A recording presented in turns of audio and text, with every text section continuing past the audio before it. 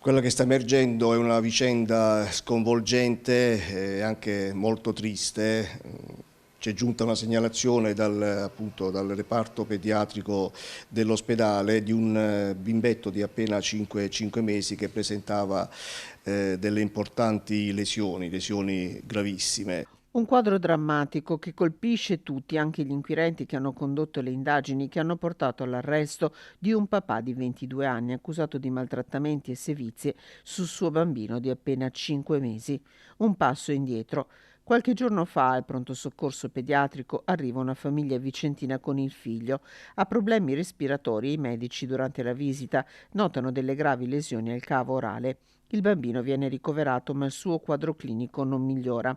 Anzi, per questo, su input dell'ospedale, la Procura di Padova affida agli agenti della squadra mobile le indagini. Oltre al quadro che si era delineato, un'attività tecnica purtroppo ha disvelato questa amara verità, dove praticamente queste violenze proprio all'interno dell'ospedale a carico di questo bimbetto di appena 5 mesi venivano perpetrate, ripeto, ed erano riconducibili a delle condotte del padre, un 22enne.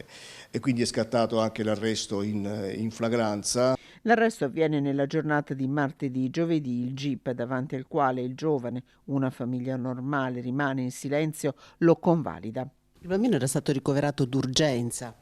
Esatto, era stato ricoverato d'urgenza in quanto c'era già un quadro che delineava delle lesioni importanti anche a degli organi dello stesso bambino. Nel momento in cui l'uomo restava da solo all'interno dell'ospedale durante le visite, poneva in essere queste condotte violente nei confronti del figlioletto.